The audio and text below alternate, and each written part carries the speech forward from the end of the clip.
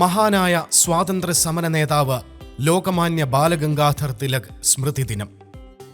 സ്വാതന്ത്ര്യം എന്റെ ജന്മാവകാശമാണ്, അത് ഞാൻ നേടുക തന്നെ ചെയ്യും എന്ന് പ്രഖ്യാപിച്ച ധീര നേതാവ്.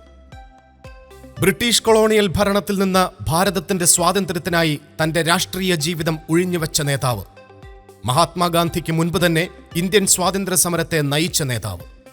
ഗണിത നിയമ വിദഗ്ധനും സംസ്കൃത പണ്ഡിതനും രാഷ്ട്രീയ പ്രവർത്തകനും പത്രപ്രവർത്തകനുമൊക്കെയായ ബാലഗംഗാധർ തിലക് 1856 ജൂലൈ 23 മഹാരാഷ്ട്രയിലെ രത്നഗിരിയിലാണ് ജനിച്ചത്.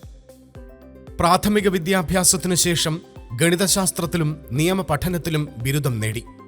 അതിനുശേഷം പൂനെയിലെ സ്വകാര്യ സ്കൂളിൽ ഗണിതശാസ്ത്ര അധ്യാപകനായി. പിന്നീട് അധ്യാപക ജോലി ഉപേക്ഷിച്ച് പത്രപ്രവർത്തകനായി. അതോടെ തിലക് പൊതുജനകാര്യങ്ങളിൽ സജീവമായി. 1890 ഇന്ത്യൻ നാഷണൽ കോൺഗ്രസിൽ ചേർന്ന ബാലഗംഗാധർ തിലക് കോൺഗ്രസിന്റെ മിതമൗലികവാദത്തെ എതിർത്തിരുന്നു. ഒരു തീവ്ര ദേശീയവാദിയായിരുന്നു അദ്ദേഹം. 1896 ബോംബെയിലും പിന്നീട് പൂനെയിലും പടർന്നു പിടിച്ച പ്ലേഗ് നിയന്ത്രിക്കാൻ ബ്രിട്ടീഷ് കൊളോണിയൽ ഭരണം സ്വീകരിച്ച നിലപാടുകൾ ഇന്ത്യൻ ജനതയെ വളരെയധികം ബുദ്ധിമുട്ടിക്കുകയും വേദനപ്പെടുത്തുകയും ചെയ്തു.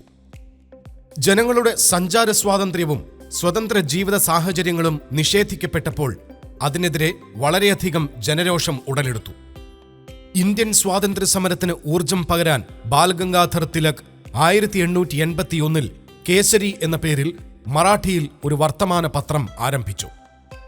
പ്രകോപനപരമായ ലേഖനങ്ങൾ എഴുതിക്കൊണ്ട് തിലക് ബ്രിട്ടീഷ് ഭരണത്തിനെതിരെയുള്ള സമരം ഏറ്റെടുത്തു. ഇതിനെ തുടർന്ന് 1897 ജൂൺ 22 പൂനെയിലെ കമ്മീഷണറായിരുന്ന വാൾട്ടർ ചാൾസ് റാൻഡിനെയും മറ്റൊരു ബ്രിട്ടീഷ് ഓഫീസർ ലഫ്റ്റനന്റ് അയൺസ്റ്റിനെയും ചാഫേക്കർ സഹോദരന്മാരും അവരുടെ കൂട്ടാളികളും ചേർന്ന് വെടിവെച്ചു കൊന്നു. ഈ കേസിൽ ബാലഗംഗാധർ തിലകിനെതിരെ കൊലപാതക പ്രേരണ കുറ്റം ചുമത്തി 18 മാസത്തെ തടവിന് ശിക്ഷിച്ചു. ജയിലിൽ നിന്നും പുറത്തുവന്ന അദ്ദേഹം ഒരു രക്തസാക്ഷിയായും ദേശീയ നായകനായും ആദരിക്കപ്പെട്ടു. ബാലഗംഗാധർ തിലക് സ്വദേശി പ്രസ്ഥാനത്തെയും ബഹിഷ്കരണ പ്രസ്ഥാനത്തെയും പിന്തുണച്ചു.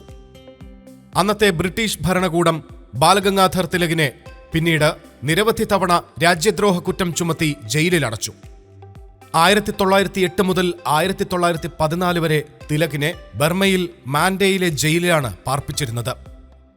1914 അദ്ദേഹം ജയിൽ മോചിതനായി. സ്വാമി വിവേകാനന്ദനും ബാലഗംഗാധർ തിലകും തമ്മിൽ പരസ്പര ബഹുമാനവും ആദരവും പുലർത്തിയിരുന്നു.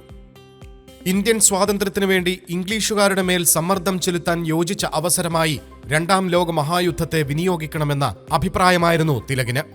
ഹോം റൂൾ പ്രസ്ഥാനത്തിന്റെ പ്രചരണത്തിന് നേതൃത്വം നൽകിയ ബാലഗംഗാധർ തിലക് 1918 ഇംഗ്ലണ്ടിലേക്ക് പോയി ലേബർ പാർട്ടി നേതാക്കളുമായി ബന്ധം സ്ഥാപിച്ചു.